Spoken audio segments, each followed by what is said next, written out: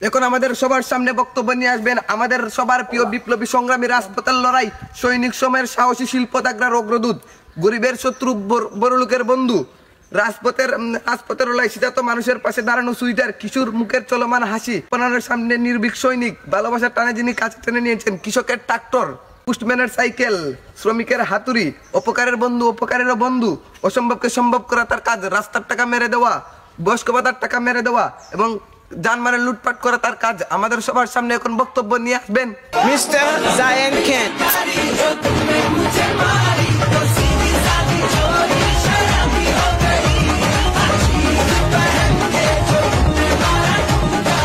ভাইকে অসংখ্য ধন্যবাদ আমাদের নেতাকে মালা দেওয়ার জন্য। এ পর্যায়ে আপনাদের সামনে বক্তব্য নিয়ে আসবেন আমার নেতা রাজপথের লড়াই গরিবের টাকা মেরে দেওয়া বড় লোককে ধনী করে দেওয়া গরিবকে লুটে দেওয়া। এখন আমাদের সামনে বক্তব্য নিয়ে আসবেন মিস্টার জায়ান খান। এখন আমার নেতাকে আমি বিনোদভাবে অনুরোধ করছি আমার অনুরোধটুকু রাখার জন্য আমাদের এই বক্তব্য দেওয়ার জন্য।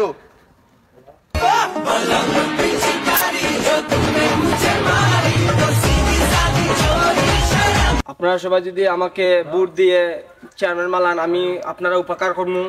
যেমন যদি আপনারা রাস্তাঘাট করি ব্রিজে বদলা আমি হাফ দিব রাস্তা যদি আপনার সিমেন্টের বদলা আমি দুলা দিয়ে দিব আমি দিয়ে দিব। আপনারা যদি আমাকে ভোট দিয়ে নেতা মালান আমি ইনশাল্লাহ আপনারা উন্নয়ন করবো। যেমন দোলাঙ্গন থেকে আপনাকে মাটি গোল মালিয়ে দিব। আপনারা আমাকে নেতা মালান ইনশাল্লাহ আমি আপনারা জন্য উপকার করবো ইনশাল্লাহ। যারা বয়স্ক ভাতা মায়েরা খায় বয়স্ক ভাতা দেয় আমি বয়স্ক ভাতা মায়েরা খাইমু ইনশাল্লাহ। যারা বিধবা ভাতা মায়েরা দেয় সেটা আমি মায়েরা খাইমু ইনশাল্লাহ। আপনারা যদি আমাকে ভোট দিয়ে নেতা মালান আমি এই এলাকার উন্নত করবো। এই বলে বক্তব্য আমার কাছে শেষ করতে সবাই ভালো থাকো।